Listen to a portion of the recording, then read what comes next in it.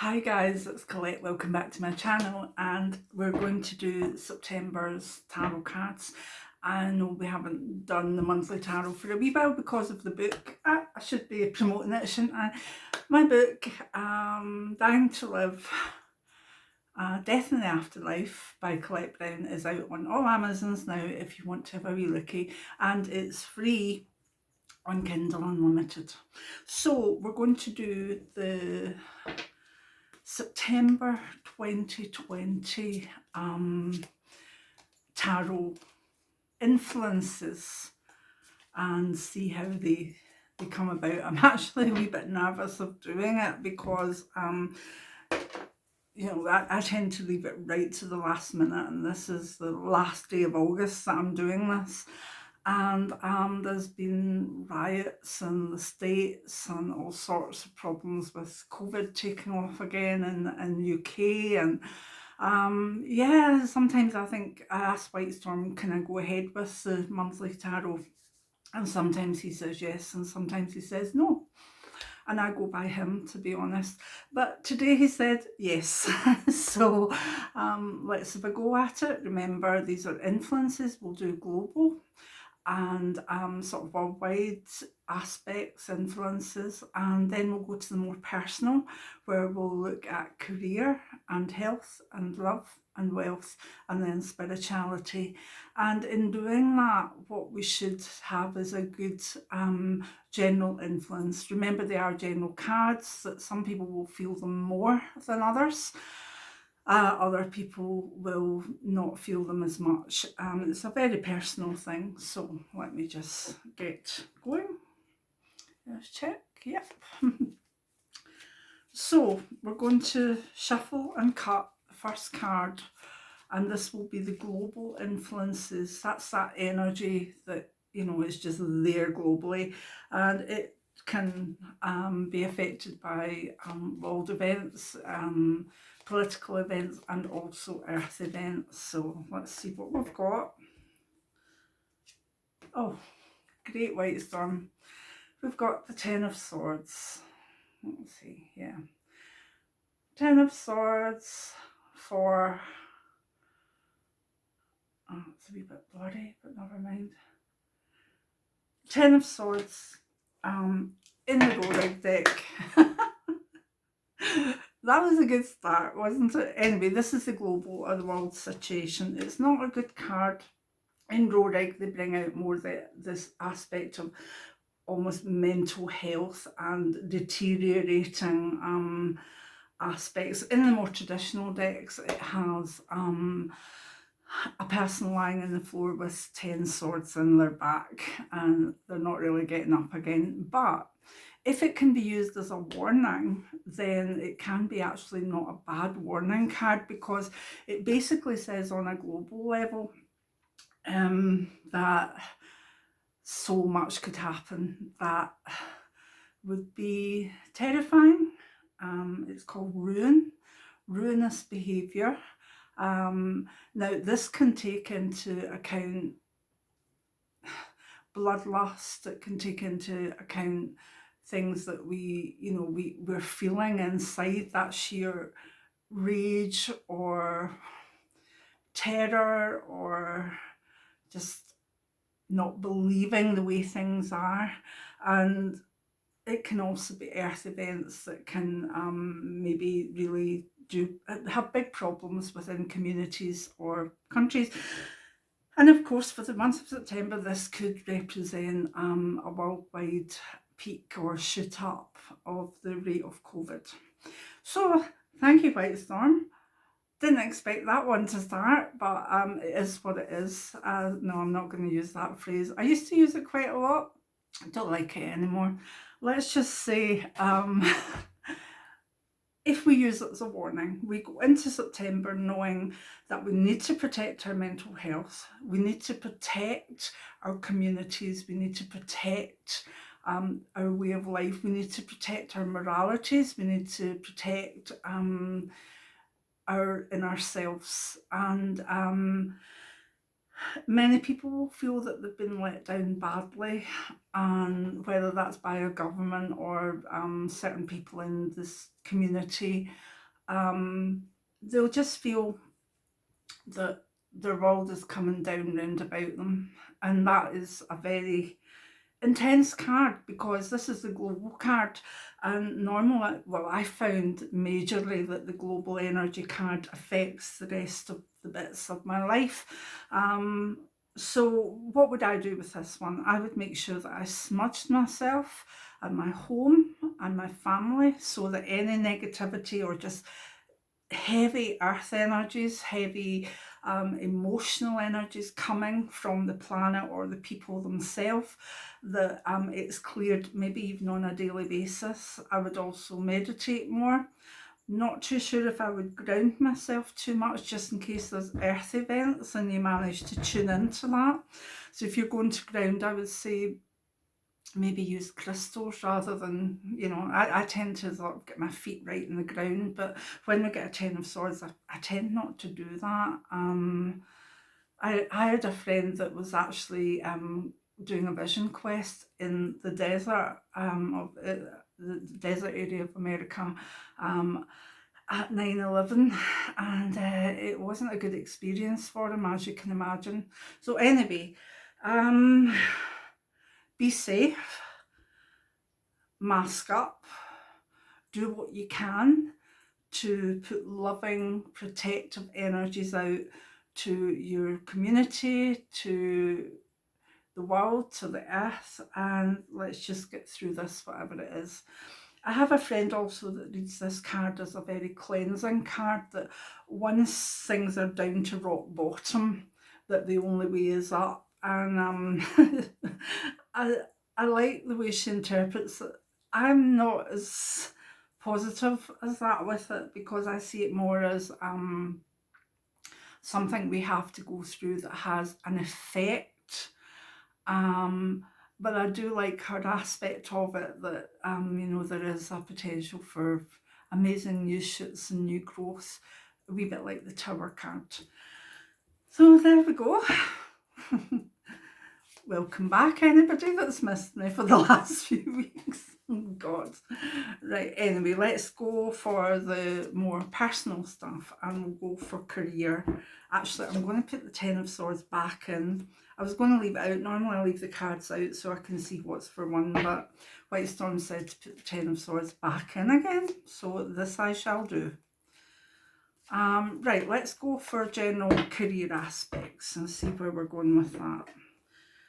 Right, career, we have, brilliant, Seven of Discs, which is a card of feeling exhausted, under pressure, feeling as though there's too much work coming at you, too much pressure, and a sense of just failure, that you can't push ahead. Now, a lot of people will have this, a lot of people won't. If you feel it a little bit, you'll probably feel that you're just very, very tired and exhausted and don't have the energy to put into your job, particularly the practical, physical aspects of it, maybe travelling to work, maybe, sitting in traffic jams, maybe having all the stuff going round in your head and then affecting your body. So with career, with this, I normally find that people do tend to have physical aspects going on as well, that they could be carrying a wee flu bug, they could be under pressure, their anxiety getting the most of them. So career card is quite pressurised, quite intense, and again, suggestions, how would I deal with that? This month ahead, I certainly would not put any external pressure on myself. There'll be enough pressure within your job itself, whether it's meeting deadlines, whether it's feeling that there's too much work for you, or even feeling that there's a pressure that maybe the work might not be there for you. It's all in this card, but the way our brain processes this card is to flick into the practicalities of it. Will I have enough work? Don't get ill. Don't do this. Try and keep your feet in the ground as such. So it can be a very heavy card. And to be honest, a lot of the time it's how we're feeling about the way that external things are actually pushing us down in our own personal careers. Right, let's do health, okay? The health card generally is the 8 of discs, 7 and the 8. The 8 of discs is a card that says to be prudent and cautious with our health this month. I won't say week, but it's the month. It's about sheltering. It's about keeping ourselves safe and also looking after the health and energy and well-being of the group. If you look on this card, there's a little group of people. Now again, I love teaching this card in Rorig because some people see a bonfire with smoke and others see a tree. And I think what we've got at the moment is possibly the bonfire and people keeping close enough to be warm. So maybe again, this is a change in the weather in certain parts of the world where we start to feel it getting a bit colder. And with health, I know that when it gets colder here and kind of wetter, that my bones are not happy. People, somebody, I had this on Do Not Disturb, but at least it's not making a noise. Right, so we've had the 10 of Swords, the 7 of Discs and the 8 of Discs. Let's now look at relationships in general. And we have the Prince of Discs. Oh my goodness, I hope we get cards out that are not just discs apart from the global one. Right, Prince of Discs. I like this card because I've got quite a few Prince of Discs in my family. As far as star signs, sun signs are concerned, it represents the earth signs Taurus, Capricorn and Virgo. And of course September is the month of the Virgo, and I've got quite a few Virgos in the family actually, but one main one. So happy birthday Jennifer in September. So if you have a younger Virgo, this is not a Queen or a King card. This is not, you know, it can represent actually younger males that are earth signs. By that I mean maybe under about 30, and also children that are earth signs. So if you've one of them about you, you might want to focus on them. And if you're in a relationship, a loving relationship with one of them, then make them the focus of your love and your protection and care for the month of September. This is also a great card for relationships that are planning things. If you can see, there's lots of plans in the helmet. And also there's a big speaker on the ear, so it's also a card of practical communication. Just remember that earth signs don't tend to be telepathic. If you want something done or you want them to be there for you, you maybe have to talk to them and tell them. So relationship wise, we've got a focus on earth signs, particularly earth sign younger males. And we also have the need to talk, communicate, and be quite clear with the practical plans that we want to make, okay? If you're looking for a relationship, you might find that a nice earth sign comes into your zone in the month ahead. Right, let's look at wealth or finances or practicalities of finances. Oh, another Prince card, the Prince of Cups. I actually do like the Prince of Cups as a card, but it's very much in a almost like an earthy zone, but we've got an emotional card because the cups and the tarot represent water or emotion. So we've got the focus on this card, and it is a card that can bring emotional surprises. How does that fit in with the practicalities of wealth? It just can mean that you get maybe some nice gifts, some nice thank yous. This card for me, more often than not, is very positive. It's surprises that come that can be not necessarily just about money or finances, but a gift through the post, or something practical that will help you. Maybe someone sending you a food hamper or something like that. It's an odd card. It does tell you not to be too emotional about your finances, and not to emotionally spend too much. But in general, this card brings a lot of just things you wouldn't imagine, and normally they're positive. So we'll just leave it at that since it's a good card. And spiritually, the last one we do. Let's have a wee look at the spiritual card. And oh, it was right saying put all the cards in. Spiritual card again is the Seven of Discs. Now, we had this out earlier, and basically, spiritually, it means that there's so much weight bearing down on the individual. And when there's so much weight bearing down, it's hard to talk to our higher selves or our guides or people that we, our deities, our spirits. When we've got all this coming down on us, it's hard sometimes to connect with spirituality. But actually, it's the best time. Well, I think so anyway, because spirituality shouldn't just be for good times. Spirituality is what can get us through the very hard times. If things are good and you're very thankful and your gratitude and this is great, whatever, but then when things get negative, that goes out the window. To me, that's a very imbalanced spirituality. It's actually not very fair.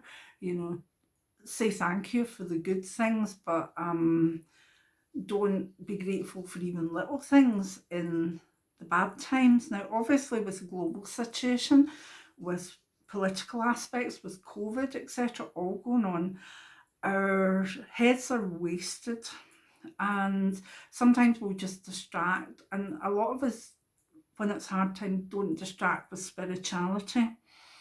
And that's a wee bit about what this card is about. So I'm going to ask you, when this month ahead looks a wee bit difficult or even a lot difficult, please go back to your basics spiritually.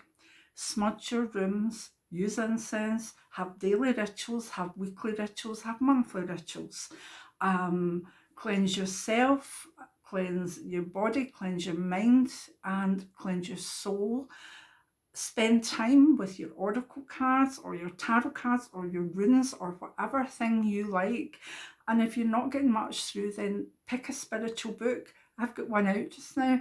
Sorry, shouldn't be plugging at a time like this, but if you can't bring yourself to do your spiritual rituals, get yourself some good spiritual books that will make you feel good and inspire you to do that.